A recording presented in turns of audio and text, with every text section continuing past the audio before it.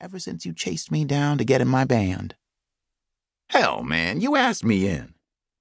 You hustled your way in. I had the chops to kick your drummer's ass. That's how I got in. Point is, bro, I let you in. Ain't no disputing that. Who's disputing? These days, before my show starts, I put your pretty face up on the big screen. Then I tell the crowd how we miss you, how we love you, how you're the founding father. But what else you gonna say about me in this book? That we brothers. Always have been, always will be. I'm the one cat who wasn't scared to tell you what I thought. And in this book, that won't change. Gonna be true to you, but also true to me. And if I'm not mistaken, I do believe that's why you kept me around. I said what was on my mind, whether you liked it or not. Remember when you played When Doves Cry? Yes, indeed. You said, don't play me nothing else unless it's funky. And if you do put out that Dove song, put some bass on it. Right. Wasn't trying to kiss your ass. Others might have done that, but not me. You didn't kiss my ass. But when it came to Dove, you had your head up your ass. Was my first #1 pop single. I don't give a shit. Still think it needs some bass. So we gonna keep arguing? Is that it? We gonna do what we gonna do. Which is just what led to all the fights and the fallings out. Is that something you really want to get into? Why not? Brothers love each other, but brothers fight. Brothers fall out. But our fights and fallings out left deep wounds. Wounds that need to heal. Or not be reopened. They were already open when you turned me into your archenemy in your movie. You made me your foil. Purple Rain made you famous.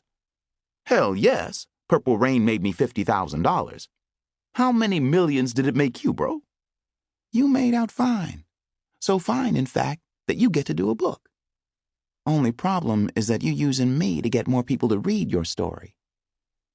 Yet if I told this story without you, you'd be pissed. Any way you look at it, I'm not about to let you flip the script to suit your purpose. Settle down, man. Just want to tell it right. Well, if that's your true aim, you'll need me to check you along the way. Exactly. So now that we're on the same page, let's turn the page. 1. Drop the groove. The groove is the main thing, 'cause the groove is what keeps us going. The groove has always kept me going. I speak as a drummer when I say that groove is born out of the one. The one's the moment of maximum impact, the kick, the hook, the anchor. For me, those first Jackson 5 records were all on the one. James Brown was on the one. James Brown's drummers, Jabbo Starks and Clyde Stubblefield, were on the one. Tower of Power's drummer David Garibaldi was no doubt on the one. With their magic sticks, these drummers cracked my head open. The one came early in my life and stayed. The groove hit me hard. The groove sustained me. Still does. I never doubted your chops as a drummer. Even said so in an interview with Rolling Stone. Said, Morris Day has big chops on drums. But then right after you got your record deal and formed a band, you chose a drummer you knew I could outplay. Wasn't just a matter of who played better.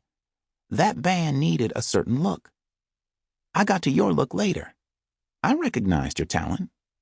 You can go on and brag about it. Not bragging, just saying I found my groove early on. As a kid, it wasn't school or books or church that got to me. It was the groove. From Jump Street, I was dancing in front of the TV in my Fruit of the Looms the second James Brown came on American Bandstand. Man, I'd be banging out beats on my mama's couch, beating on her pots and pans, chasing down the rhythms, playing with syncopations the way other kids play with toys. Hit the beat so hard I made a hole on the arm of the couch. Mom said, either I gotta get that little boy a drum or I'll kill him.